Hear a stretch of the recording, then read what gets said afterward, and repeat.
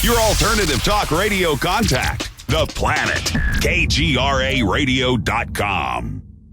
With infinite complaisance, people went to and fro of the earth about their little affairs, serene in the assurance of their dominion over this small, spinning fragment of solar driftwood, which by chance or design, man has inherited out of the dark mystery of time and space.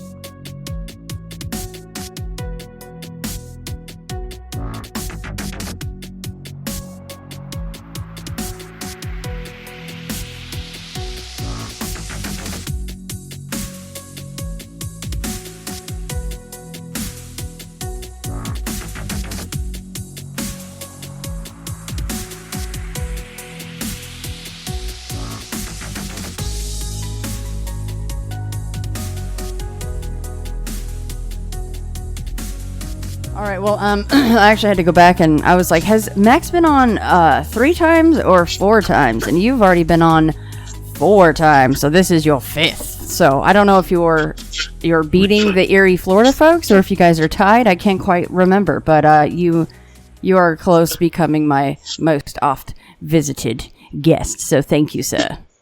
Oh, it's my pleasure. I hope there's an award coming my way. Yeah, I'll have to figure something out, right? People have to battle it out, and then it's just some stupid handwritten piece of paper saying congratulations from Shannon LeGros. That'll be it, probably. We'll hang it next to the area that one of your listeners was kind enough to do. Yeah, the fairy picture that Brett Manning came up with. Brett Manning Art, everybody go check her out. BrettIsAGirl.com. So, of course, Max Hawthorne is back on with us. He is the author of the Chronos Rising Paleofiction series of books. As I mentioned, he has been on Into the Fray before. 114, 126, 155, and 168. Okay, so I know that we have more tales from the deep of Leviathans and things like this coming up on this episode, plus a couple of other possibly interesting stories. So I don't know, where do you want to start, Max? You want to start with the Japanese boat or what your friend saw out one day on the water? I think I'd like to, well, I mean, since I've been writing so much about the Kraken these days in my latest novel, I think I'd like to touch on that initially, simply because it's not just one sighting that took place. It actually happened around the same time of another documented sighting. My friend, who for the purposes of the show, we'll call him Demetrius, that is not his real name. When I discussed what he saw at length, he didn't want to put himself out there, so to speak. You know, he was just telling me very matter-of-factly in terms of what happened. And to be honest, when I tell you what he saw, he thought it was a completely normal thing. That, oh, anybody could see this when they're out in the water. It happens all the time. Which, of course, you'll quickly see it didn't. But there was a documented sighting that I would talk about first that happened in Sanibel Island a few days before what Demetrius saw took place. And that's, I mean, if any listeners want to look it up and they look up Sanibel Island Monster, Sanibel is spelled Sanibel. This is an island off the coast of Florida. And in October of 2014, a couple was out there on a boat and they were watching manatees rolling around and stuff. And they saw something, a very large creature moving underneath the surface. She described its body as being like the size of a whale or something. And then all of a sudden, they said something seemed to shoot out from this creature that looked like a telephone pole. And it seemed to wrap around something. And then it came to the surface. And there's actual video footage of this happening, this Sanibel Island monster, as they call it, from 2014. And it's interesting because, the girl, as when this thing breaks the surface, is freaking out. I mean, there's a lot of colorful language and such. You could tell she's not imagining, making something up, let's say. Yeah. She's genuinely frightened in terms of what she's looking at. But what's interesting is that when you look at this, you see like something smooth and very slick looking, like slimy. It kind of breaks the surface. And then it's very large, and then it curls under the water, and then it disappears. And some people have dismissed this as saying that, I would go take it a step further. She said the thing had a face like a sea otter, but a body like a giant snake, which she described as being like a telephone pole.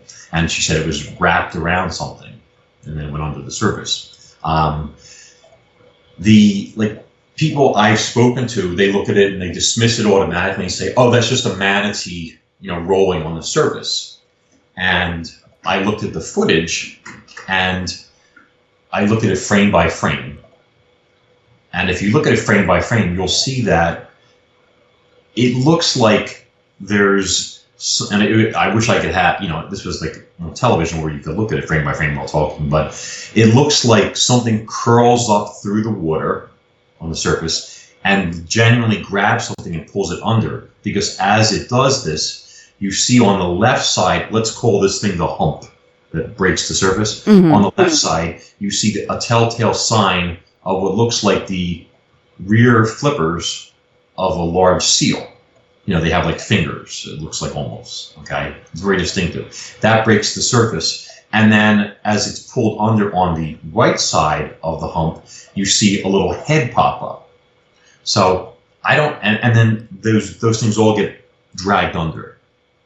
And it's very distinctive. And it looks to me like as if maybe a large harbor seal, which if you look at it, its face looks like a sea otter's, was grabbed by something and pulled under. I mean, you actually see like the effect of something wrapping around. Oh, wow. And then the tail and the head both get, boom, pulled under. So I don't believe, unless a manatee rolled over a harbor seal and then somehow yanked it under, but it doesn't move like that. So, I kind of tend to believe their tail. So the reason I'm bringing this up is, so Demetrius, a few days later, was on a 65-foot fishing boat and about 2 or 3 miles, like he said, off of Sanibel, and they were drift fishing there. And when you're fishing, a lot of times, there's fish parts in the water. Sometimes they put chum in the water, things of that nature. He said it described the boat as being a very fishy-smelling boat to begin with. So the idea being you're putting something in the water, you're trying to attract, the fish to you to catch. Mm-hmm. And he said that they were sitting there, and about 20 feet from where he was sitting by the, at the gunnels, all of a sudden a 30-foot section of tentacle, and he saw this broad daylight, plain as anything, came to the surface, and it started reaching over and started exploring their boat. Oh my God. Yeah, he said that it was a kind of smoothish skin, but it looked like the skin of an octopus, and was reddish brown in color. He said the section of tentacle, and he was only 20 feet from this thing, so if you think out 20 feet, you're right there. He said it ranged from 2 to 3 feet in thickness, obviously getting thicker as it went further back. And this arm, it just came up to the surface there, and it was like, feeling along the side of the boat, touching it, this type of thing, pressing on it a little bit. He said they weren't alarmed. It didn't seem aggressive. And they thought, well, this is perfectly normal. It's just an octopus. But an octopus with tentacles 3 feet thick is not a normal octopus. The giant Pacific octopus might have tentacles, I don't know, I'm going to guess 6, 8 inches thick. Yeah, maybe 10 or 12 inches at the base. So, and this is just part of the tentacle you're seeing. They didn't see what it was attached to. Oh, God. Yeah. It was fairly deep. So, I mean, I did some number crunching and took out a graph of an octopus, and it would have had to have tentacles, and it's going to sound crazy, but 60 or 80 feet in length, and that's not including the mantle, the body of the cephalopod. So we're talking something of Kraken proportions here, basically came up and started exploring, their boat. And he said that after, a minute or so of doing this, it retracted and it just went away. But, realistically speaking, why would you think an octopus the size of a very large whale would be exploring a boat like that? So even the guy running this, was he on some kind of a fishing tour where this guy... A charter. So they had you pay for the day, and the person takes you and a couple of your friends out, and right. But you fish for whatever. But even the guy that was running this charter didn't go, holy hell, what is that? That is not normal. Like, all of them thought that was a normal thing? It wasn't a lot. Well, it wasn't a lot of people on the boat, from my understanding, just him and his friend. But they were the two watching it, and it was a fairly quick sighting, let's say, like a minute. But they just thought it was a normal thing. And I explained to him that, a lot of people don't know this, but octopuses in particular have what are called chemoreceptors in their suckers, the suction cups on their arms. Uh-huh. A chemoreceptor is how they taste things. So they're able to determine if something's edible, not edible. And I suspect that, there have been so many sightings, historically speaking, where vessels have been attacked by enormous squid and different sized cephalopods, etc., that I believe that this creature, and I'm going to go on faith here. He had no reason to make up a story like this to me. He thought it was nothing. Was trying to decide if the fishing boat was a whale, because it's large enough to prey on whales. And if it had thought that it was edible, they would have had quite an experience on their hands. Yeah. Well, like you said, all the chum that they had in the water for purposes of fishing obviously drew something in. And what's really scary about that story is the fact that we know that octopus are extremely intelligent. So something that size, like you said, if it decided to just go, well, I'm just going to go ahead and crust this thing and see if there's any goodies inside, like any nougat or anything creamy and delicious, they would have really had some problems. So if we're just traveling that intelligence through various sizes of octopus, the Kraken lives. That's insane. Yeah, I wrote a great scene for my first Kronos Writing Kraken book where a large schooner, I think it was about 135 feet long or something, a sailing vessel, was at sea and was targeted by a pair of these creatures, and I had to do a lot of research on it. And it turned into this very exciting story with two of these things actually seizing this vessel and realizing that initially they thought it was like a very large whale, and then they realized no, but then they started finding out, oh wait, there's something edible in here. Oh look, here's another edible thing. And they were plucking hors d'oeuvres off of the vessel. I think its name was the Rurkul in the story. And people were running for their lives, and obviously it's a horror scene, so there was a lot of death and screaming and so forth and so on. But if you think about it, historically there's a precedent for this type of thing. It is documented that there have been numerous sightings of smaller octopi. When I say smaller, octopuses measuring 30 or 40 feet in length off of Hawaii. And they believe that these octopuses habitually go there at the time of year when large, adult sea turtles are coming ashore to lay their eggs. So if you think about the size of the octopus, it wants a decent-sized meal when it's that size. It can't be eating lobsters and crabs. That's nothing. So a slow-moving animal like a sea turtle coming in numbers into the shallows would be an ideal prey species for a large octopus. If we geographically shift our position over to Florida now, it's like Sanibel Island, where you have a healthy population of seals and manatees. A manatee is a perfect meal if you think about it for a large cetacean. Not cetacean, I'm sorry, a cephalopod. They're very slow, they're large, they're defenseless. A creature like that would have, it would be in its glory because it would just, creep along and then snatch one and eat it and grab another one when it was hungry again and so forth and so on. So it wouldn't surprise me that when manatees are in numbers off of that region, that one or more of these creatures knows from habit, this is where I'm going to get my meal ticket and I'm going to be there and wait for them. Oh yeah, something that size going to Florida at that time would be like he would think he died and gone to Sizzler. I mean, it's a buffet for the thing. Demetrius told me. I'm sorry. No, it's okay. They called it into the harbor master Uh-huh. to alert the Coast Guard. When this happened, and they were told by the authorities. They said, "Oh, we know about it already.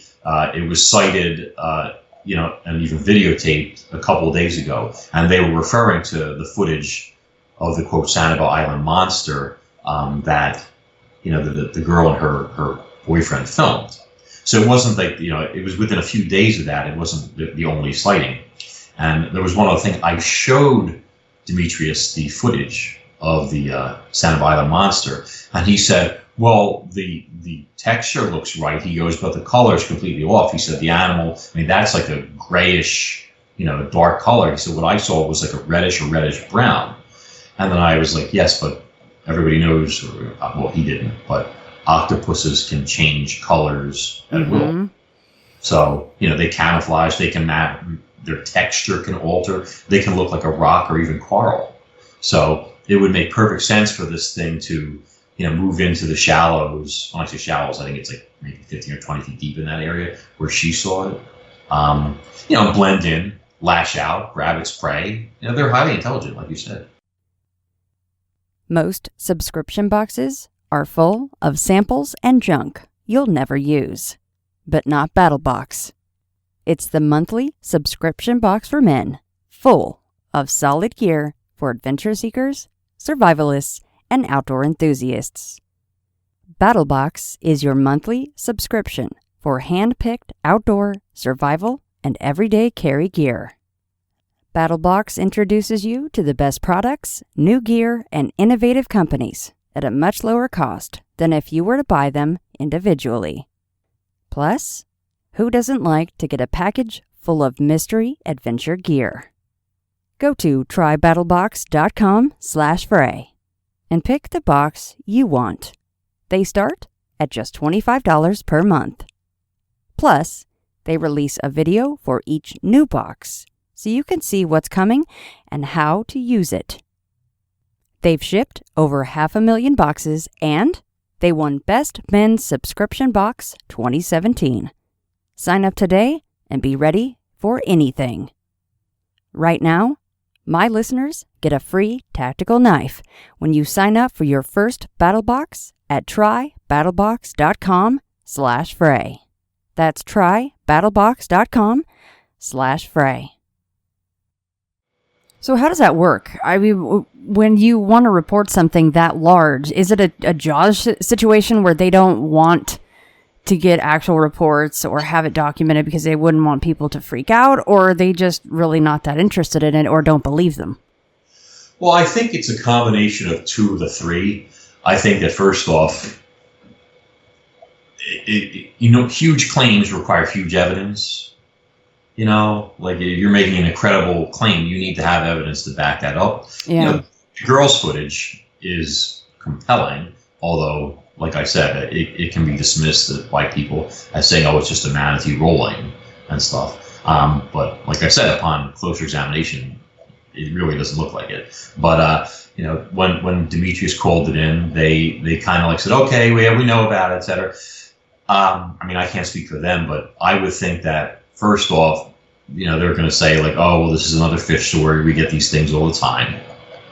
Is the first thing without proof. If you snagged it with a rod and reel, well, you wouldn't be able to move an animal that size with a rod and reel. If it had seized the ship and they cut off a chunk of it, like a piece of arm, that would be great. But unless you have really good detailed footage or something like that, it's hard to prove. And at the same time, I think people don't want to start a panic. It's like when I'm sorry. Is that breakdown footage on your website, Max, so that people can check that out of you talking about it? No, I don't have it on the site. I've thought about doing a frame-by-frame analysis at some point on there, but if they just Google Sanibel Island Monster, they'll be able to find it immediately. Okay. Yeah, I'll make sure to put that in the show notes. And I have to go here. If you were there with your friend, would you turn around and go hold my beer and jump in and try to maybe get some evidence off that thing somehow? Well, there's a difference between being brave and suicidal. I don't know. You wrestled an alligator to save your dad, so you may not have even thought twice about it. Yeah, but we're talking a 200-pound alligator versus a cephalopod that is big enough to tackle a grown sperm whale. I mean, it may, have said, oh, well, this boat's not edible, but at the same time... But Max is. All right.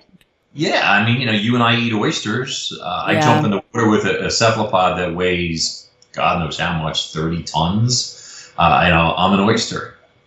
And it would not be a pleasant death. And I wrote a scene about that recently. So, these things have a beak like a parrot or an eagle. Yeah.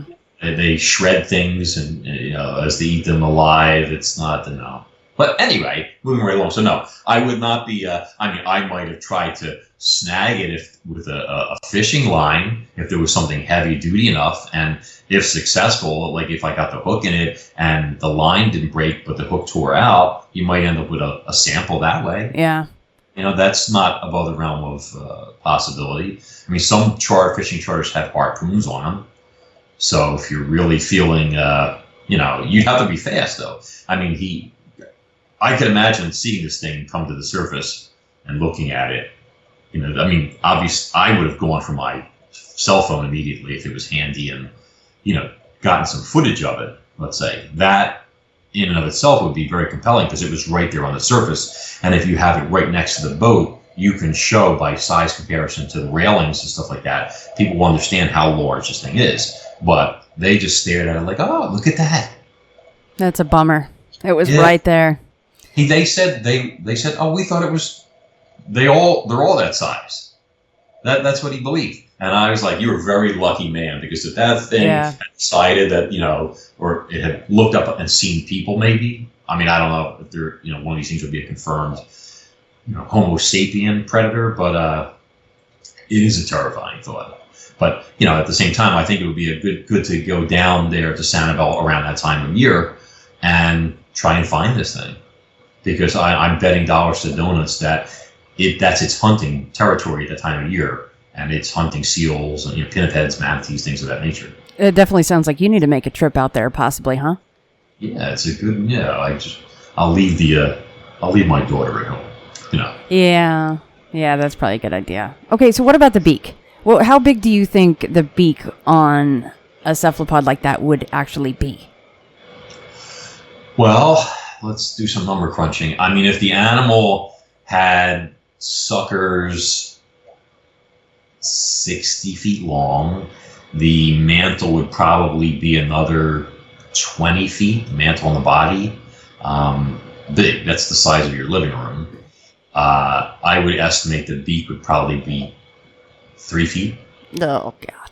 Yeah, you'd be a goner. It'd just be crunching you up, gone. Yeah, it could bite a person in half with no problem. Think about it. If it was thinking that, oh, is this a whale? Because, whales do that. They bask on the surface sometimes. That's how they get hit by ships, unfortunately. But I believe that's what was going on. It was looking and saying, oh, is this a basking whale? In which case, boom.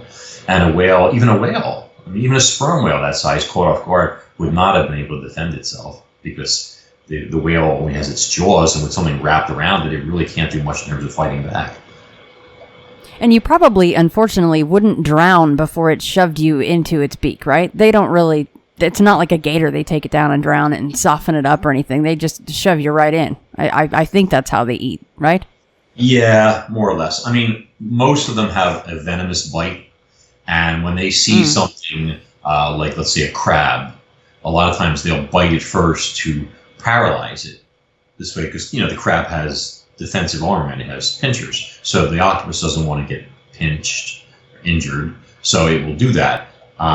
With a person, I don't know if it would even have to bother. We're kind of defenseless. Yeah. But even if it bit you and paralyzed you, you'd still be alive. Yeah. See?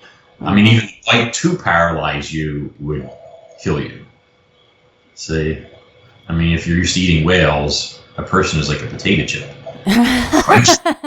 Or a Pringle. Yeah. Yeah, we are. Okay, so you have to be very jealous of Demetrius then, right? I mean, this is what you do. These are the things that you really hunt for this, and you love this stuff. It's why you write the paleo fiction novels, and now look what he gets to see. And at the time, he didn't even... Is it starting to sink in, though, to him that what a fantastic sighting that is? Or he's still like, I don't know, it was kind of cool, but... Yeah, no, he realized it, but then he realized the reason why, like, I tried to convince him to even come on your show, is that once he realized that he saw something fantastic, he felt like, oh, so people would, mock him or not believe him. Oh, yeah. He came out publicly about it. So he definitely realized the implications of what he saw once I drilled it into his head. So I don't know. I'm going to ask him who his charter was, and maybe I'll see if I can go hang in the same area. Absolutely. Harpoon ready, beer in hand, one hand, harpoon in the other, that kind of thing. Well, yeah, if you ever, and somebody's there to hold your damn beer, right?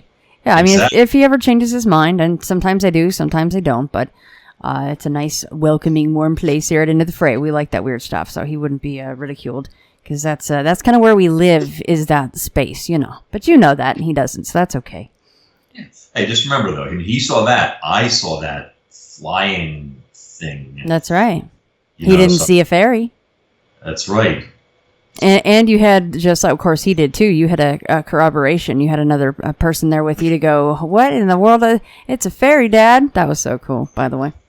Yeah. Still love that story. You probably still think about that quite often, huh? Like, that was insane, and I actually saw that. I passed by the spot where we saw it every day. Yeah. I drive the same, stretch, and I've been meaning to get like a Geiger counter or something and just run it over the ground in that area to see if anything spikes. I just have been so busy; it just never seems like a good time.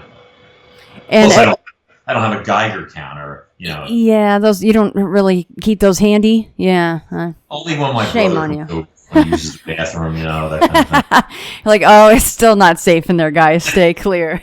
Exactly. And everybody, I believe it was 126 that was, I entitled that One Blustery Eve, where Max told the sighting that he had with his daughter on the way home one snowy evening, where they saw this incredible little fairy creature. So everybody go check that out. Episode 126, One Blustery Eve. And the rest of them that I mentioned, 114, 155, and 168, all cover deep sea creatures. I mean, that's your MO. So, which is why you're back again, because there is, as we have already started talking about, new sightings and some new information coming forward. So I bet at some points, Max, and you have your daughter and you have your whole life going on land, but sometimes you're probably like, I really need to just purchase a yacht and just be on the water as much as possible. If it was feasible, it's just, I mean, like, before my daughter was born, I used to fish at least once a week, honestly. Or, let's say 30 times a year.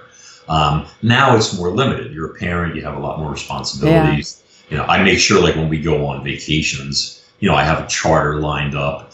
But I'm lucky if I get my boat out in the water 4 or 5 times a year now. Yeah. It's, it is when it's editing season and when it's warm enough, which is fast approaching, I will do a lot of shore fishing, but it's like at a lake or something.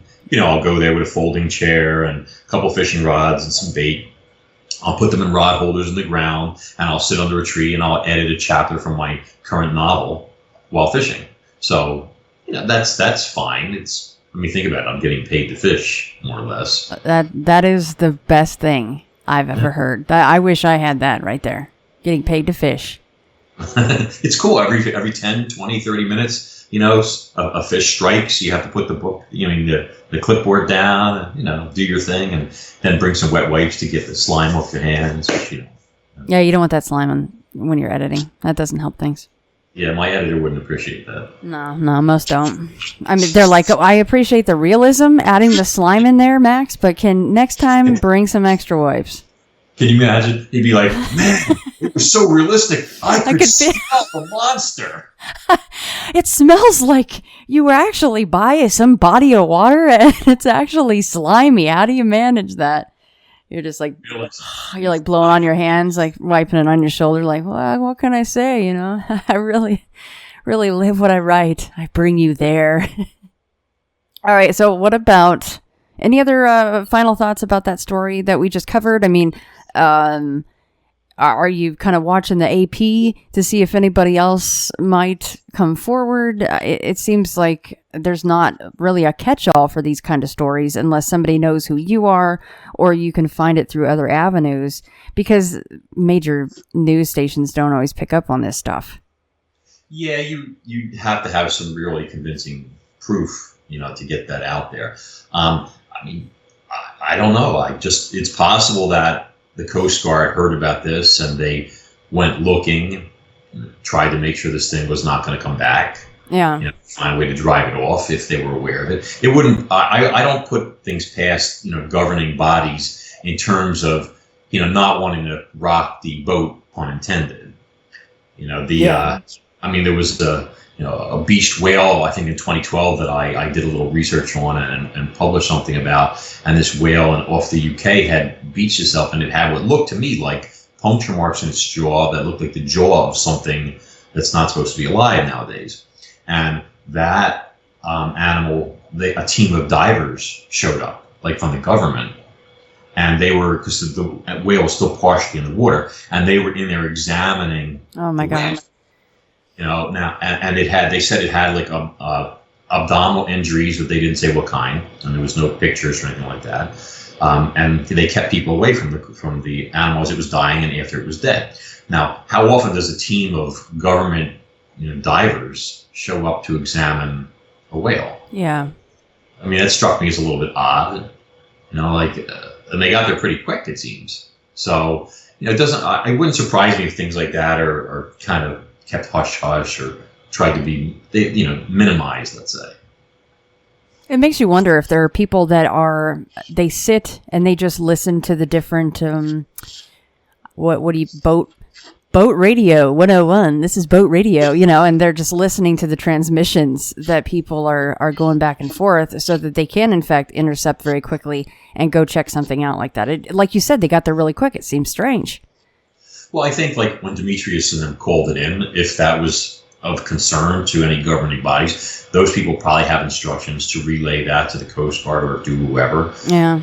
As a practice. And I'm sure most of the things that are called in are like, yeah, well, whatever. Okay, great, thanks. But something where you have a sighting several days earlier with some video footage, whether it's discredited, quote, or not, and then this sighting, I would think people will be like, okay, maybe we have to actually go down there and check. But, this is all conjecture. I'm just exploring possibles. Florida, man. I love Florida. Whether it's the nutty ass people on land doing weird stuff and hilarious things, crazy things, to whatever is in the water. Florida, I love it. It's my favorite. I'll be down there in a couple months, actually. Oh, I love that place. Between the all that and then the storms just that roll in and roll out. Beautiful place. Love it. All right, well, let's talk about the Japanese boat, if we could, and what happened to it. Yeah, that's actually interesting because this only happened like 5 or 6 days ago. Oh. At least from the last posting I'm looking at here, a week and a half at most. But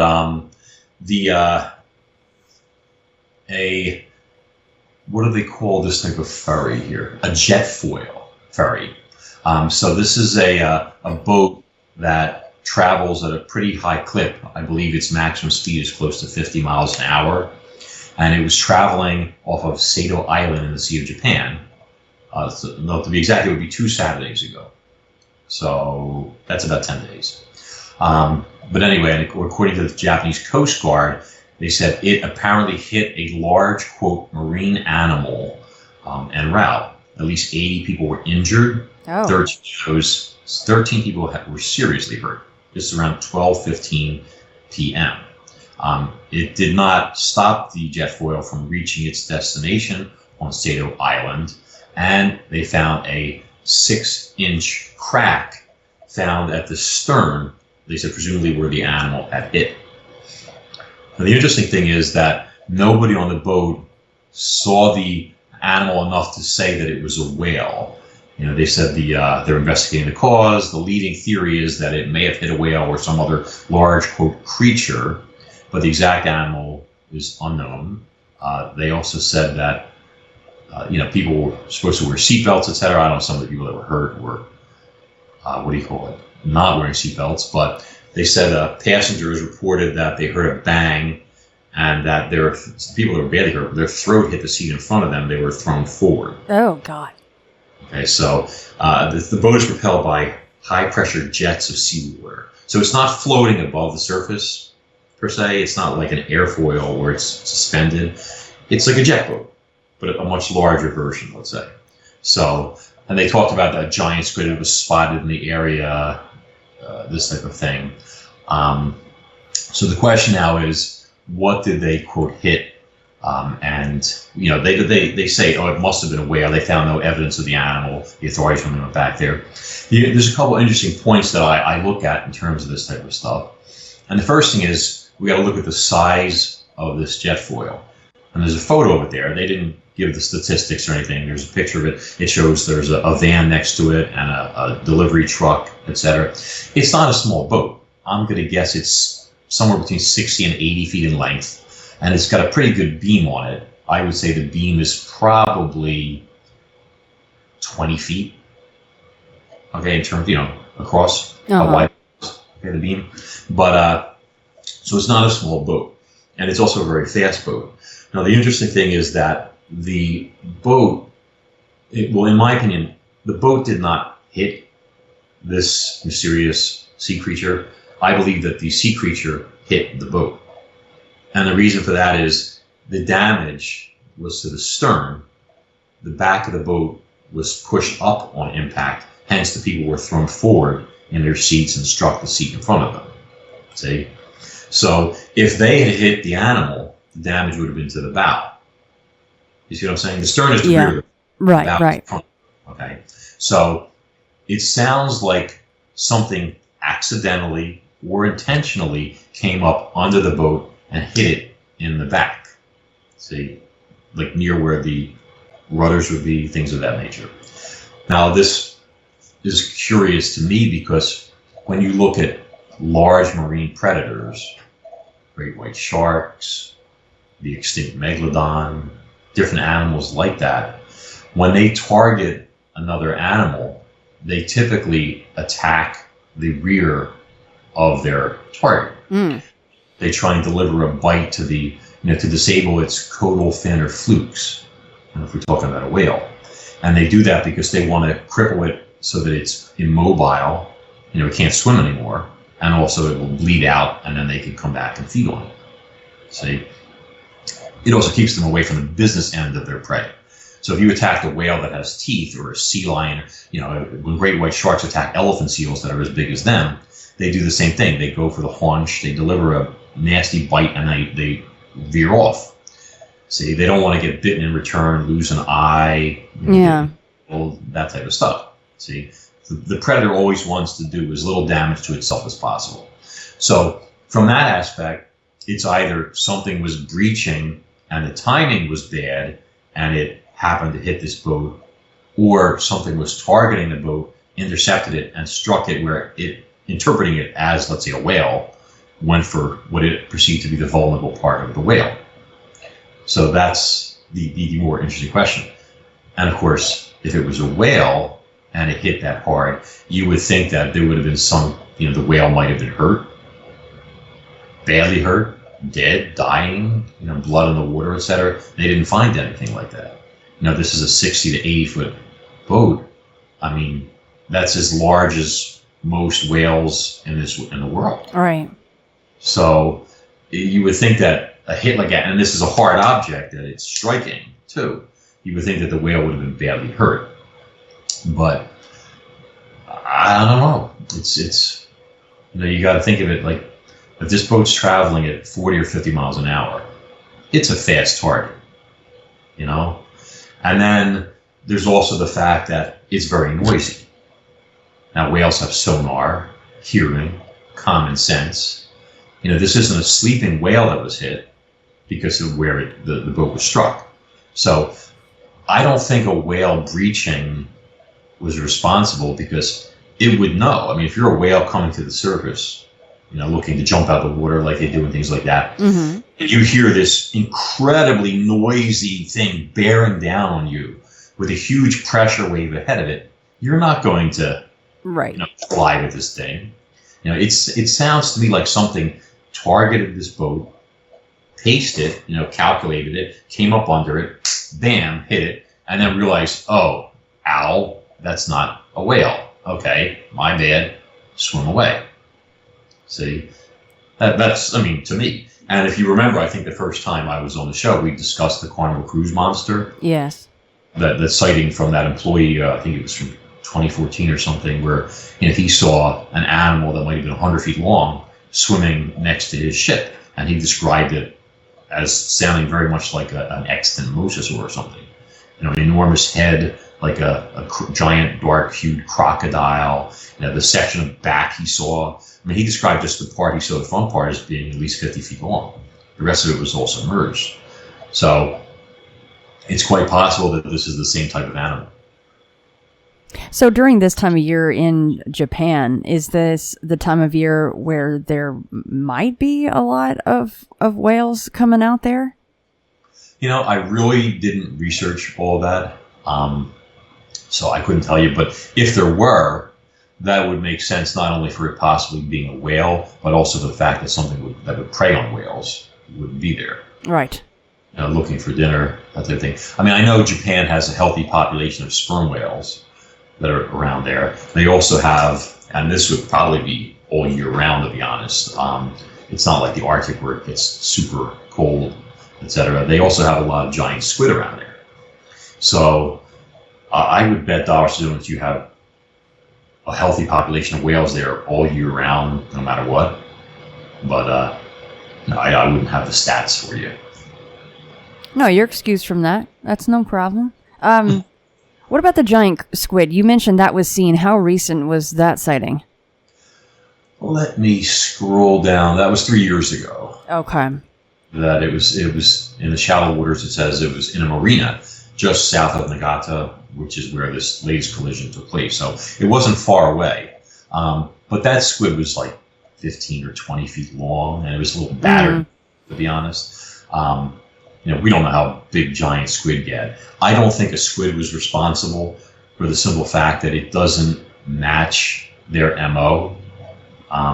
It's not impossible. It's just that if a squid hits something, it usually seizes it with its tentacles, with its arms. Well, and this may be a really stupid question, but I imagine a giant squid or even an octopus up against a boat that big, that fast. I imagine it being a little bit more, for lack of a better term, squishy than maybe something else that might cause a 6-inch crack on a boat like that. Yeah, there have been witness reports on a large metal ship. I don't have the details in front of me, but much, much bigger than this, and an insanely aggressive giant squid that it would be like, I don't know, like, let me think about this. We'll picture a giant squid attacking a boat that's, let's say, 400 feet long, and 50-foot squid. It's insane. Oh, Not to mention on a boat. Oh, jeez, no. Yeah, the squid repeatedly attacked the boat sideways, lashed at it, bit at it, and then was pushed off, and then eventually it got sucked back into the props and was killed.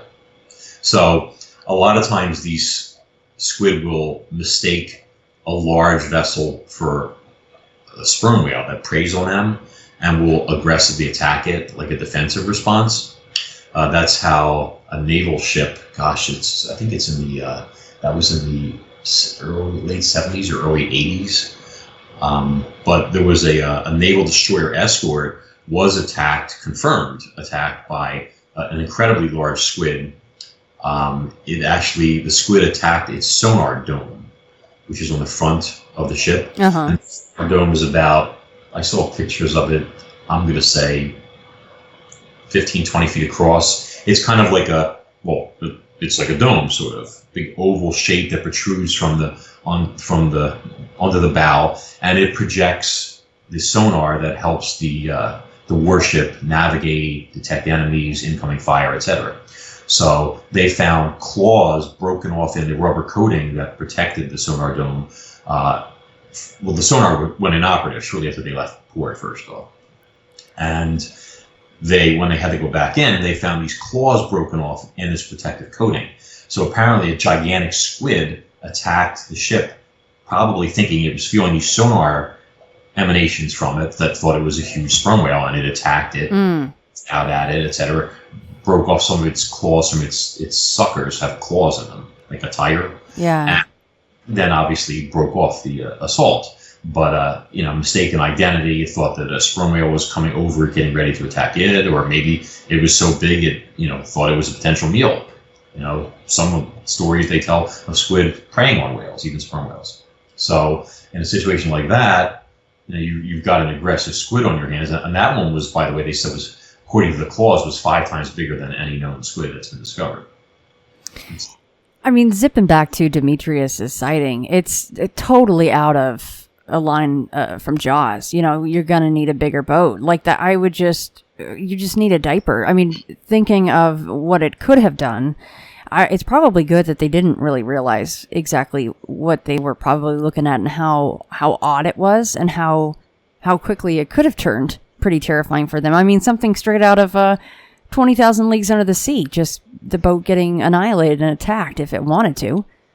Yeah, he's definitely said it was an octopus. It was not a squid. I, gave him illustrations and images and stuff of all different types of tentacles, etc. Yeah. He could tell the difference. It wasn't like those clubbed arms that giant squid have with the kind of palm-shaped ends to them or anything like that. He said it was definitely the arm of an octopus. And they saw it quite clearly. They saw the suckers and all that stuff. Jeez. So, I think I would take the squid over the giant squid over the giant octopus, right? Either way, it's not. You don't want to go out that way. Either way, it's not going to turn out good for you if they get pissed off or they just think you look kind of tasty. Yeah, it's like being directed into a living meat grinder. Yeah. And you see it and feel it, and your bones crunching, and I could think of a lot of ways I'd rather go out than that. But a giant octopus, if you take one of the same size from a giant squid, octopus or octopi would in fact be more intelligent than a squid? Yes, definitely. Okay. An octopus has a very large brain compared to, in fact, their brains are actually comparatively as bigger than most mammals. People don't know this. And they also have 2/3 of their neurons are in their arms. So besides the fact that their main brain is enormous to begin with, they have, let's say, additional brain cells in all their tentacles, their arms, to the point that they can actually direct their arms to do things and focus on something else, and the arms will still carry out the task. Oh my God. Seriously. I didn't know that. That is so cool. And if no one's ever seen, I think you can even just Google it or YouTube something like octopus problem solving. And Max is right. They can figure out latches. They can figure out how to get out of tanks. They're incredible creatures.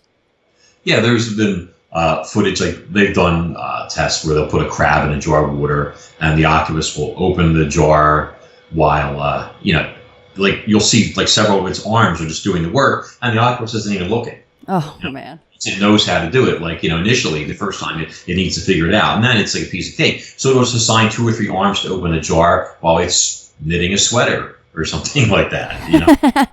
So the depictions in, we'll take a movie like Pirates of the Caribbean, for example. And sorry, everybody knows I love the movie references, but it's easy because most people can be like, yeah, I saw that too. It was that exact situation when they had the Kraken, their octopus come up. It was taking care of business on a number of different things and doing it to a T at each side, at each arm. So, yeah, that's exactly what they were getting at there, right?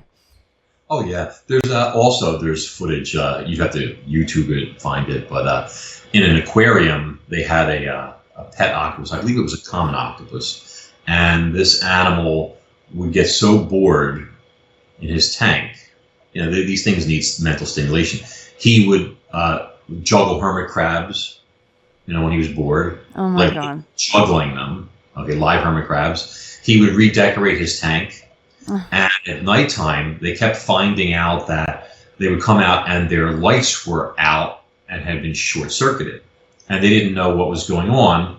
And then they found, I don't remember the octopus's name. He was quite infamous. But he somehow was able to figure out that the light was the source of his problem. And the nearest light to him, octopuses have a siphon. It's like how they direct water when they swim real fast backwards so they can shoot water out of it real quickly. He would go to the surface of his tank, and through the screen lid, he would direct a stream of water at the light, hit it, wet it, short it out. Oh my God. So he could sleep in darkness at night without a light on him. So he was intelligent enough to do that. They had another story of an octopus that was able to climb up an anchor chain, actually, and raid fish boxes on a boat, a fishing boat. Under cover of darkness, he'd climb up the anchor chain, open the box, climb in, He's taking their bait, and then they'd wake up and go, where the hell's the bait? Exactly. Right? No. What are we going to fish with? He was eating their catch. Oh my gosh. Well, I don't know which one is worse, because you need the bait to get the catch, but oh my goodness, it was eating their catch overnight. Amazing. Yeah, he must have seen like the nets getting pulled up over the side. Oh my God. Those are fish. They're going up there. He looked, he watched. They didn't come back down. Those fish must still be there. I'm going to go up there and find them. So I mean, there are two large, immense octopuses, Octopus giganteus, in my novels that are some of the antagonists, let's say. Okay, the villains, whatever. And I've had a ball breathing life into these immense monsters. I mean, they have personalities. They have the things that they do. Their problem-solving capacities, the anatomical capabilities that go with them. I just wrote a scene where the larger of the two, the female, attacks this submarine base and actually pries open. They have these giant titanium steel doors that slide together, and she's pries them open before she invades the docks and launches her attack on them. This is a revenge thing. Her brood was killed by these people, incinerated. They burned up all the baby octopuses, the eggs and stuff. So anyway, it's a long story, but the point is all the things that I was able to breathe life into with these creatures, it was a ball to do. Well, it actually is something that could happen. I mean, something being smart enough to watch fish being dragged up onto a boat from these massive nets, and then under the cover of darkness. That's the funniest part to me. It's insane. It goes up there and eats them. That makes me feel really bad for any octopi that are in captivity then. That makes me very sad. That's like when you see a silverback gorilla, just you go to the same zoo several times, and you always sit him he's like just sitting facing a wall, this massive, beautiful, intelligent creature just facing a wall because he's going insane.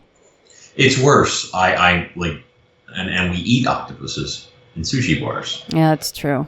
That's good. I refuse. I just won't do it. Even the little ones are intelligent and have personalities. You'll see them like shake hands with divers and things like that. They're trying to communicate. People that have rescued a stranded octopus that was beached, and they managed to put it back in the water, and it lived, and it came back and it wanted to thank them. I mean, it's actually trying to communicate.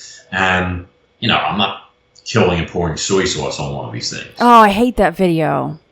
Yeah, that's horrible. Scientists have stated that if they didn't have such short lifespan, like most octopuses only live 4 or 5 years, they believe that they would have evolved as the dominant life form on the planet if they had longer lifespans. Wow. So they would have developed, eventually, technology of some kind. Yeah, maybe they're the seeded aliens from another planet. I mean, with them being that intelligent, it came back to thank them? I've never heard that story. Yeah, there's a video. Just look it up. Octopus thanks, person for rescuing it. You'll find it on YouTube.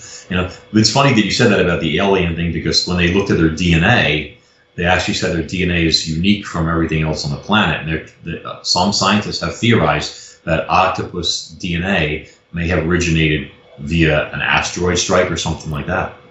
Really? Yeah, that eggs or genetic material somehow came here from another world. Well, there you go. Now it all makes sense, right? Yeah. I mean, for all we know, there's a planet of octopuses somewhere, and they're probably looking at us saying, "They're killing and eating us, boys. We're not sending a ship there." Yeah. Abort mission. Abort. Yeah, and they're putting up stupid videos of an octopus dancing because it's covered in sodium. Really, I hate that video. All right, well, let's jump out of the sea and get on land here for a few minutes as we talk about the Siberian forest cat. We're really switching gears here, Max. I like it. Oh, Mace, our cat? Yeah. I had to close the door of my office so he didn't come in here. But, well, my daughter had been wanting a cat for some time. And we got him about 6 months ago. He just turned 9 months. And he's already sizable. But he's a Siberian forest cat. Gorgeous. He almost looks like a miniature snow leopard. He's beautiful. And that's exactly what he looks like. He's gorgeous. It's a long-haired breed, thick coat, gorgeous tail. And, they're one of the 3 really big cat breeds. They're actually all interrelated. The Maine Coons, the Norwegian forest cat, and the Siberian forest cat are all descended from Viking cats, believe it or not. And these are like these are some tough ass cats. It's a Viking cat. Okay, guys, don't screw with it. Yeah, but they get quite sizable. Mace full grown will probably be like 25, 26 pounds, then I guess. Wow.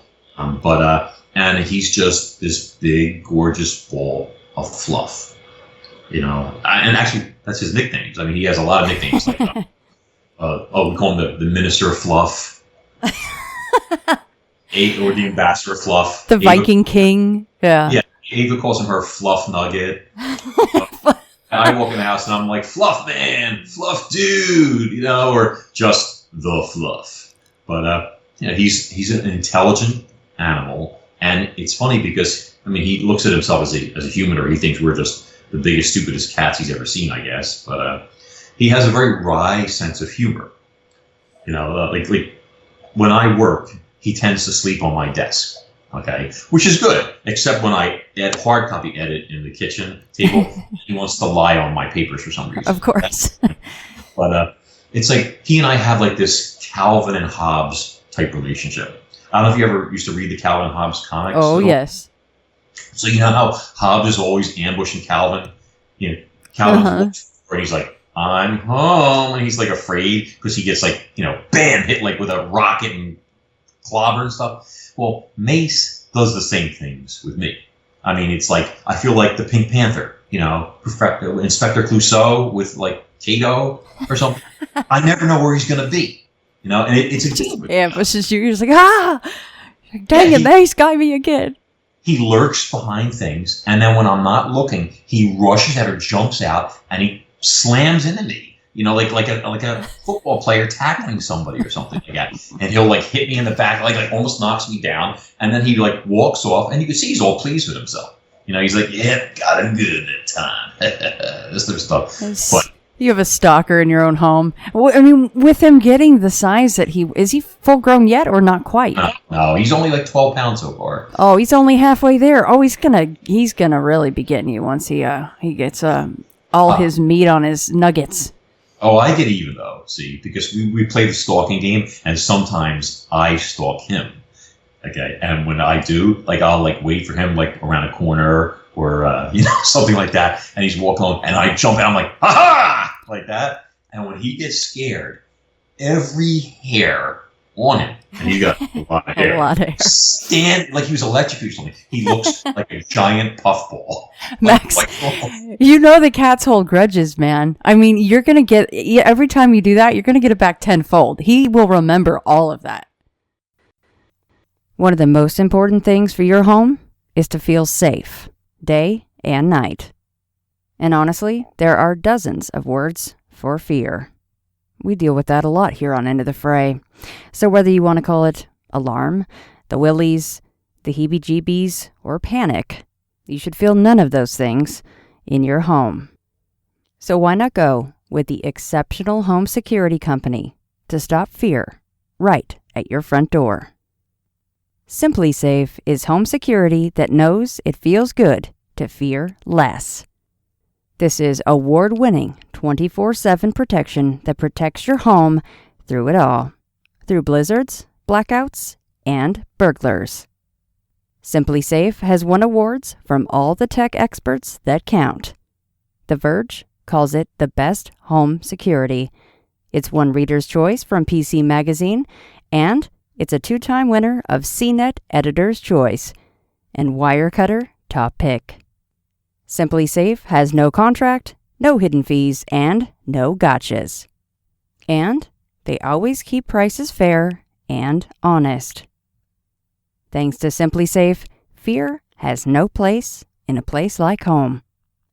Try Simply Safe with free shipping and free returns. You'll also get a 60-day risk-free trial. Order now and have your home protected within a week. Go to simplysafe.com/fray to get started today. That's simplysafe.com/fray. Be sure to go there so they know Shannon sent you. simplysafe.com/fray. It's good stuff. You're like, bring it on. Does he ever bring you guys? I suppose he maybe doesn't go outside, but does he bring any rodents in or crunchy crickets or anything like that for little presents for you guys? Oh, Mace doesn't go outside. I mean, he's got a lot of real estate here in the house and stuff, but I mean, I would never let him out. This is an expensive pure breed that, the breed goes back to the czars of Russia and stuff. If somebody got their hands on this cat, they would not return the cat. You would never get him back. But he is very affectionate. Like, he'll come up sometimes and he'll literally hug you. He'll take his paws and he'll hug your leg, or your hand or your arm, pull it up against him and just hug you like that and look at you. And he's very human in terms of his behaviors. So yeah, you have so many pictures of him on Facebook. Just, he's so snuggly. He's always snuggling with your daughter, or you're sending pictures of him just like passed out, like you said, like on your desk or whatever he's doing, just nap time. Because I've met a lot of cats that are, pretty much they're cats. They can be a-holes. They don't want to have anything to do with you. But it does seem like you guys got lucky with Mace.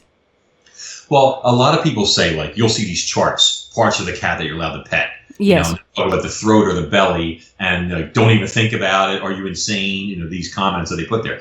I can take this cat and get his windpipe in my mouth and go like or blow bubbles on his belly. I mean, it will. You give him the raspberries. But yeah, he's completely. This doesn't mean that he doesn't have a personality and moods. If he doesn't want to be picked up or something like that, he'll be like. And you're like, all right, fine, you put him down. But by and large, I could do anything with him. It's cute that you guys sometimes call them fluff nuggets, because I have to get the two birds here, and sometimes, and this is a little probably dark, but sometimes when I kiss on them, I'm like, I'm gonna eat all your little chicken nuggets right off of you, when I'm like snuggling up on them. So fluff nugget, that reminded me of that. So yeah, if you guys want to see his huge Siberian forest cat. Well, it's not huge yet, but it's going to get there. Let's watch the progress until he manages to get you off balance one day, and then he knows when to tackle you. That will be great. Then the hold my beer moment will be for Mace at that point. It's when he gets you in the back of the leg, like in the crook of the knee. Yeah. Oh, yeah. Uh-huh. Yeah. That'll get you. Like he knows what to do, and he doesn't use his claws or anything like that. He knows to keep his claw sheathed. He just kind of like hip checks you or something or hits you with his shoulder, boom, that. It makes my leg buckle, I almost fall sometimes. That's what I'm saying. He's only halfway there, like you mentioned, so you're going to be in some trouble. You're like, down again.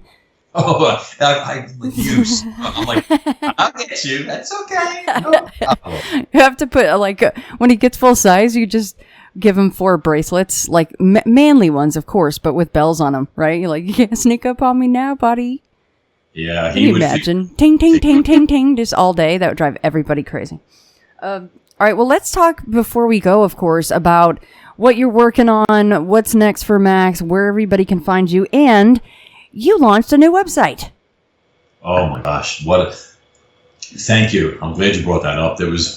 I hired an incredible web developer. His name is Adil, and he it has done a lot of interesting sites for authors. That's when I tracked him down.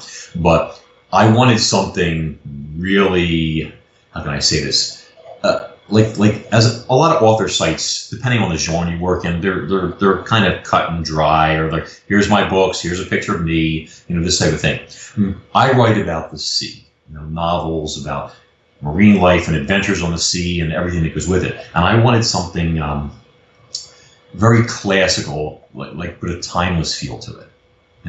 So if you go on the website, which is maxhawthorne.com, would be easy enough for people to find. You'll see there's a lot of vintage imagery that tries to have like a marine feel to it. You'll see like backdrops that some of them from the Renaissance, ancient sea maps, which of course have those sea monsters that everybody thought or felt were out there, and are, if you think about it. But it adds a nice aura of mystery to it and such. And he did a really great job. I mean, I had to work hand in hand with him for like 3 weeks straight, probably 6 hours a day on, I guess, back and forth stuff, emails, images, picking things, etc. But there's a free books page on there for anybody that's interested. There's free excerpts from all the novels and links for Kindle Unlimited people who can read most of the books for free. And my personal favorite, there's even a paleo gallery. Paleo meaning prehistoric life. And there's works of art that show prehistoric life, mostly obviously marine-based, but from all over the world. And the great thing about that was I chose a background image for it of Charles R. Knight. This photo goes back from 1899, I believe. Charles R. Knight is the, I guess you could say, the pioneer of what's known today as paleo art. If you've ever been like in the Museum of Natural History and some of these other famous old museums, you'll see these murals with paintings on the walls of like Tyrannosaurus approaching a Triceratops and things like that. And most of those paintings, the most famous ones, were all painted. You're looking at the real ones on the wall there by Charles R. Knight. So he's basically the father of this art form. So I have this great 120-year-old image of him. It's a photograph of him working on a sculpture of a Stegosaurus, and the way his head's turned, when the people look at the gallery and the images, it's like he's still visible on the left, and it's like he's looking at the artwork, almost like he's overseeing what's going on in the present day in his field, I guess you'd say. Very cool. Yeah, it gives it a nice touch. That's a nice shout out to him. Definitely. Well, cool. All right, so that's maxhawthorne.com, correct? Mm-hmm. All right, so what about if it's top secret, you can't tell us, but can you kind of give us a hint as to what you might be working on now? Well, I'm putting the finishing touches on Cronus Rising Kraken 3. It's been a trilogy in the series. I think there's 5 books in the Cronus Rising series out now. And originally, there was supposed to be one novel called Cronus Rising Kraken. And unfortunately, or fortunately, depending on, my publisher might say unfortunately, I'm not sure. But the book, like most of my books, are fairly sizable. They're like 600 pages, let's say, or something, 190,000 words or whatever. But so Kraken was supposed to be this one novel. It turned out I had such a huge story. It turned into an epic, and so many scenes and characters and character arcs and all this other stuff, that so much research had been done, that it turned out that it took 3 huge books to tell this story. Yeah. So you have Cronus Rising Kraken 1, Volume 2, which was out this past June. And now you have Volume 3 coming out shortly, which I'm, in the finishing process, I guess you'd say, or something. But it's a great story. I mean, reviews have been exemplary from readers. I couldn't complain. It's 160,000 words, which you wrote in like 2 weeks, right? I mean, that you write at an incredible clip. You got 6 months to write a book that size, which is pretty good. I mean, when I'm on, I write about 2,000 words a day. Yeah. But the thing is, you'll see writers out there, and I don't want to take pot shots at I don't want to say the imitators, but there are a lot of them out there, it appears. But, people say, I wrote 3,000 words today. Okay, well, did you write 3,000 words in terms of an actual story, or did you repeat the word "and" 3,000 times? I mean, what are we talking about here? Right. Is that like how much editing has to go in afterward, right? To whittle it down to 1,000 words. Yeah. So when I do a 2,000 word I don't say a scene, but when I write X number of pages in a day, that work is written, edited, re-edited, polished, read through, repolished, and ready for my editor, who will put the final, tweaks on there, which will be like in a chapter, let's say 6 or 10 typos and things of that nature. So it's pretty much almost ready, print ready. So it's an undertaking. You want to create a compelling story for people where if you're reading a good book, it's like going to the movies. You can see it in your head unfolding. You're given enough that you can, fill in the blanks in terms of how a person looks, how a scene unfolds, things of that nature. I try and give so much realism to my work so that when people read it, they feel like, that's one of the most flattering things I've heard.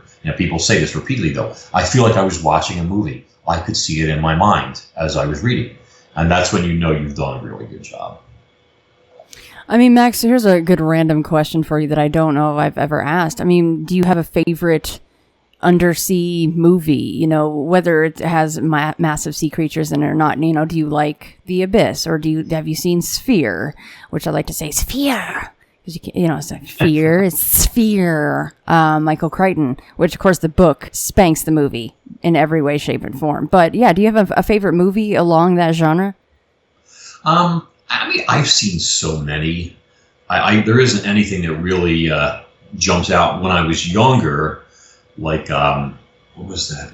People would say it's a grade B horror flick, but I thought it was pretty ripping. Deep Star 6, was a good movie.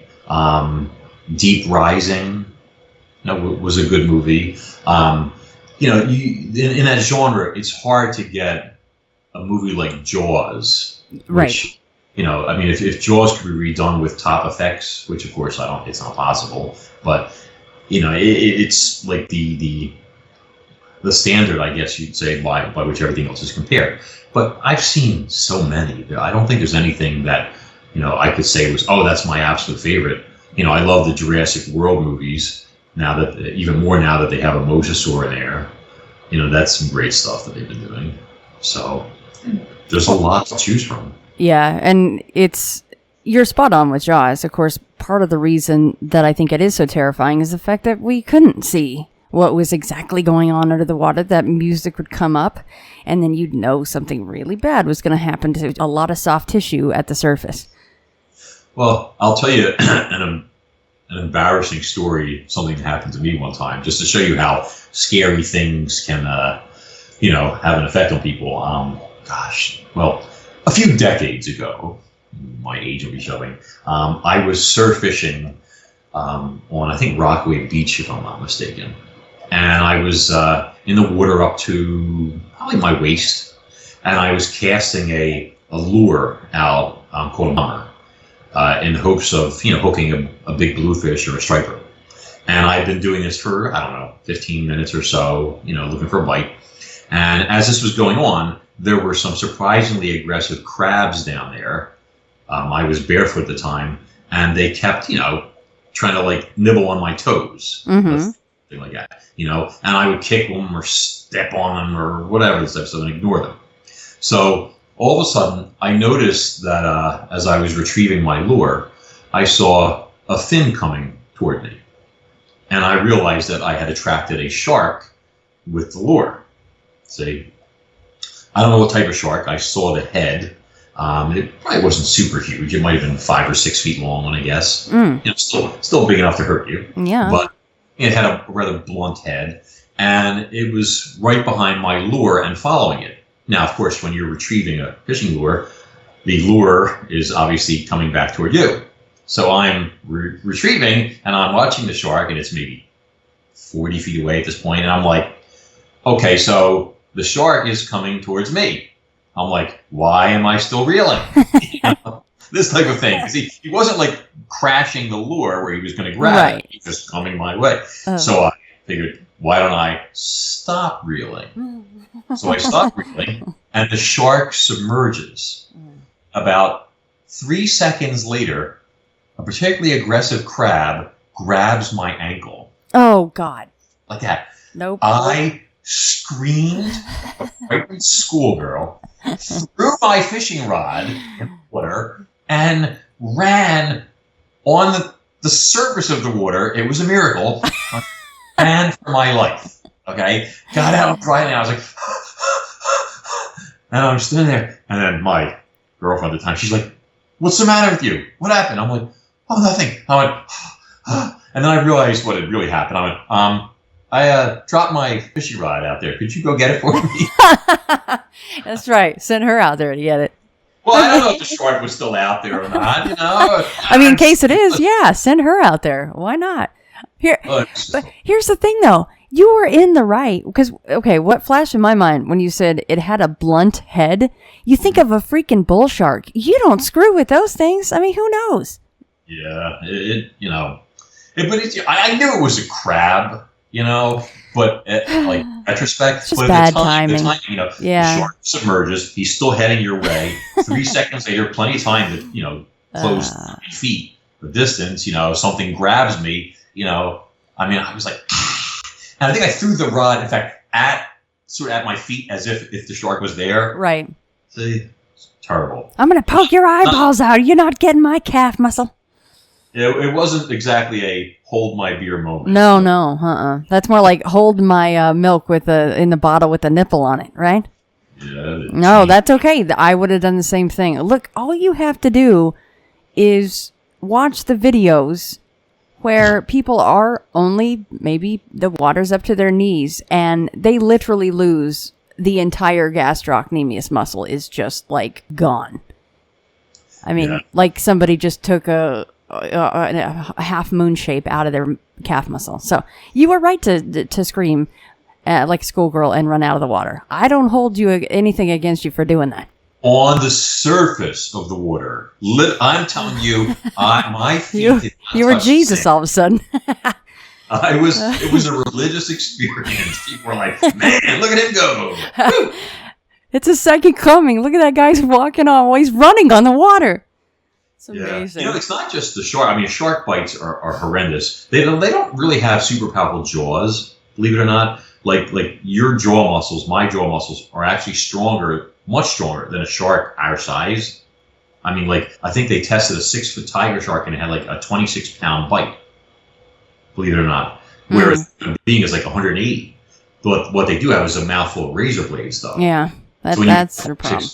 Put 26 pounds behind a mouthful of razor blades, and that's where your damage comes from. But I mean, I had a charter guy I fished with down in Boca Grande area, and the guy I used to catch enormous grouper with. I mean, 400, 500 pound fish sometimes. And he showed me a scar on his left arm that went from his wrist to his elbow.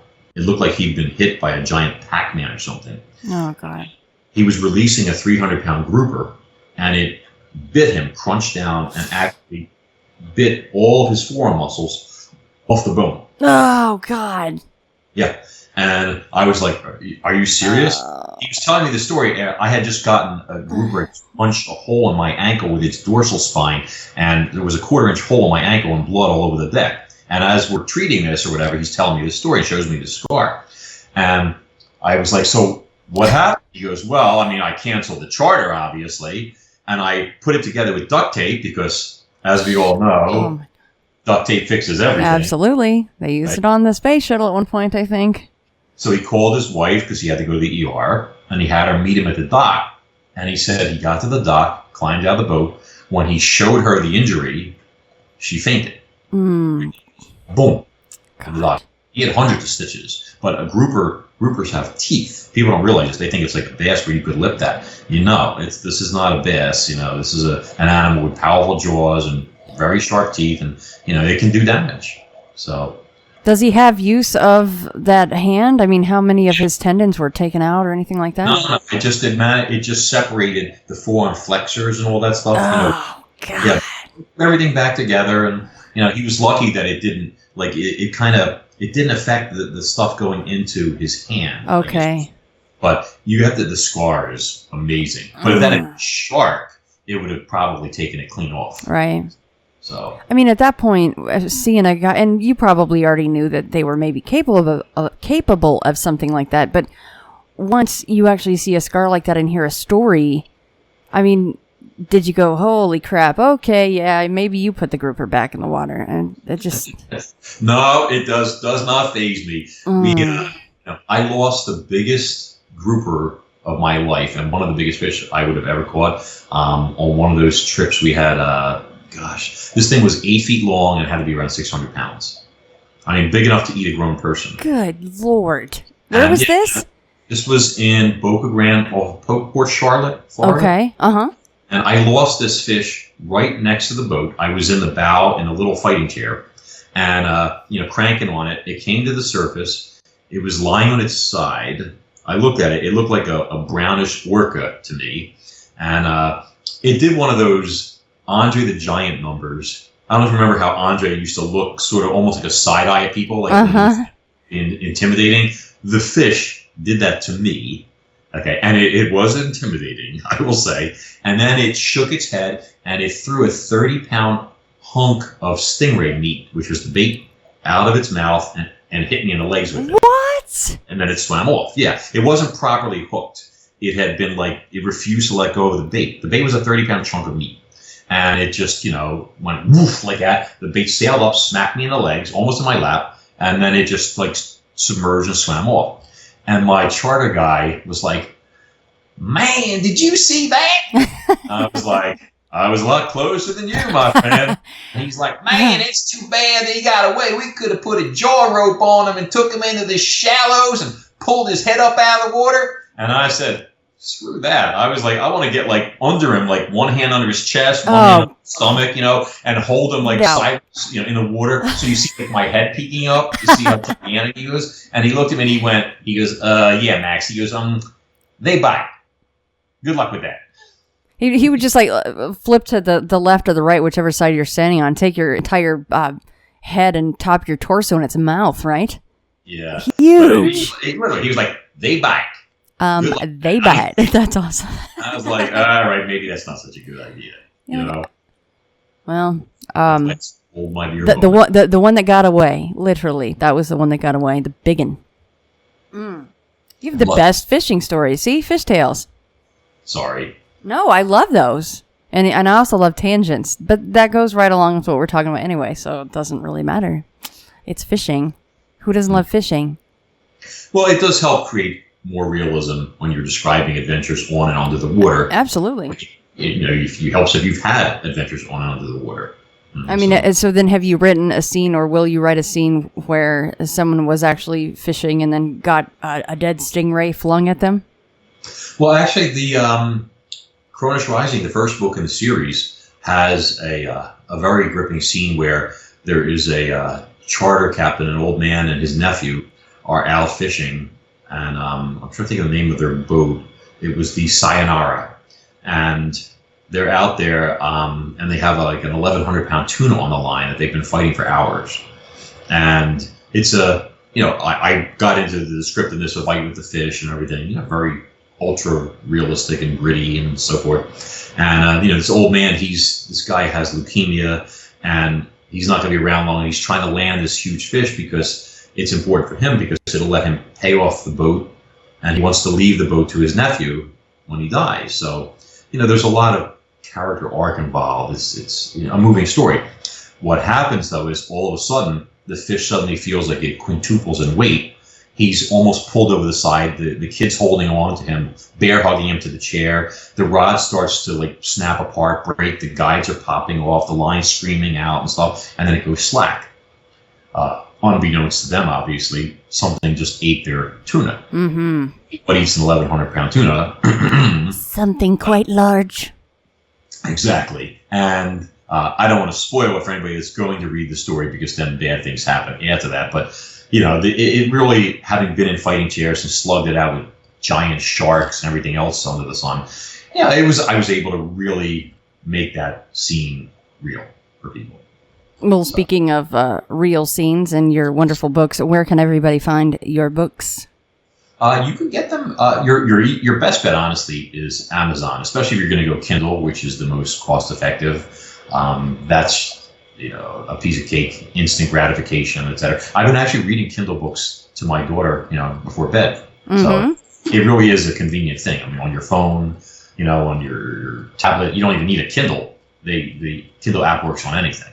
So that's a beautiful thing. But and obviously they have hard covers and soft covers, and of course you can also order through BarnesandNoble.com as well. So I mean, your best bet, if people are interested in actually checking out the Cronus Rising books and other books I've done, is go on MaxHawthorne.com and go to the books page. You can actually, there's descriptions there of every book, what it's about, etc. And on the free books page on there, there's free excerpts for you to download, actual PDFs. So, you don't have to take a chance. You can read some of it, make sure it's to your liking. I'm pretty confident it will be, but, God willing. And, you've got it all there. And the links to Amazon and all that is at your fingertips. You can pick what you want, Kindle, softcover, hardcover. Even some of them are on Audible right now. And who is doing the Audible readings? I mean, is that something that is even interesting to people to learn? And how many of the books have an Audible version right now? So far, they've only done the 2 shorter books in the Cronus Rising series, which was Cronus Rising Diablo, which is like the prologue to the whole series, and Cronus Rising Plague. I don't remember the names of the narrators, to be honest. I mean, I suggested them. The ultimate decision making was a little bit out of my hands, but right. They're very, very good. I think Charles Miller, for some reason, sounds like the one who did Diablo, and he has a really great narrative voice. He's like, the creature surfaced in a blast of water vapor, this type of stuff. It's very compelling story. One of my full-length books, this is called Memoirs of a Gym Rat, and this is a tell-all of all the horrific things that go on in health clubs behind people's backs, and sometimes right under their noses, to be honest. Yeah. Before I became a full-time writer, I used to run health clubs, so I saw a lot of horrible things. So that book is being done as we speak. An amazing narrator doing it. I don't want to, mention any names yet until it's ready, but it's going to be out probably by next month, and it's great. I would imagine that the full-length novels will be Audible books soon too. That will be very exciting when they all come out. Well, Max, I know that I'm going to get you on the second there's any other breaking wave news stories. You'll be right back on ITF. It's always a pleasure to have you, and you're always a very popular guest. So thanks again for joining us here. Well, thank you so much, Shannon. I'm always honored that you guys put up with me. Oh, well, I mean, you have to pay me, but a really big bribe to have to put up with your crap again. But I'll do it. Did you get that check I sent you? They're saying it's not clearing for some reason. They said give it a couple days. We'll try again. Yeah. Yeah, they're like, who's Mace Hawthorne? I thought his name was Max Hawthorne. Who's this Mace Hawthorne writing checks? I probably had the address wrong. Yeah. Sure. You're like, what's a cash app? I don't know what that is. What? All right, Max. Well, honestly, thanks again. You will be back on, like I said, the moment anything comes up. I know that you will, and I appreciate that. You always keep me up to date as to what's going on under our oceans out there. So thank you so much. Thank you. I hope you have a great day. You too. Well, I'm so-and-so. I was given this name by my parents. I've been to such and such a college. I've done these things in my profession. I produce a little biography. Buddha says, forget it. That's not true. That's some story. That's all gone. That's all past. I want to see the real you are now. Well, nobody knows who that is. Because we don't know ourselves except through listening to our echoes and consulting our memories.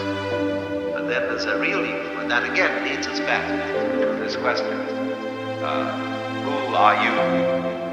That is the real you.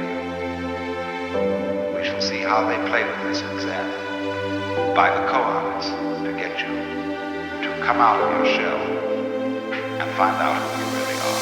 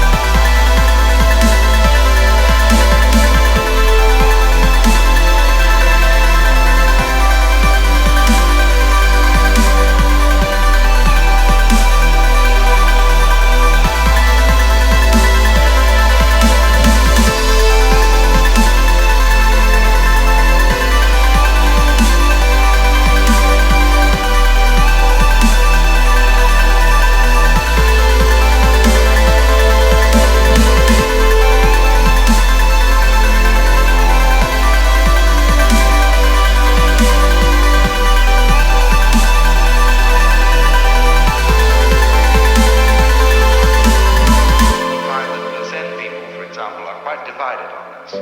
They will say, no, we don't believe literally in reincarnation. That after your funeral, you will suddenly become somebody different, living somewhere else. They will say reincarnation means this, that if you sitting here now are really convinced that you're the same person who walked in the door half an hour ago, you're being reincarnated. If you are liberated, you will understand that you're not. The past doesn't exist. The future doesn't exist. There is only the present. That's the only real you that there is. The Zen master Dogen put it this way. He said, the spring does not become the summer. First there is summer, and then there is spring.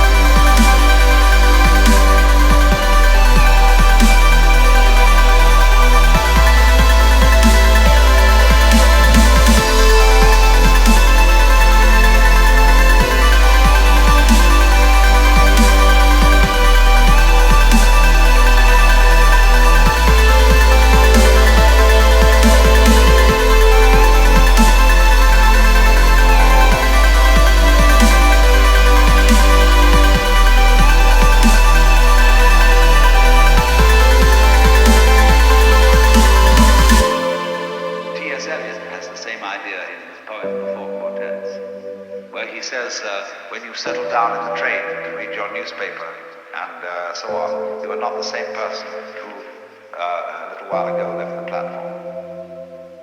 If you think you are linking your moments up in a chain. And this is what binds you to the wheel of birth and death. But when you know that every moment in which you are is the only moment, this comes into Zen. A master will say to somebody, get up and walk across the room. And he comes back and he says, where are your footprints? They've gone. So where are you? Who are you? When we are asked who we are, we usually give a kind of recitation of a history.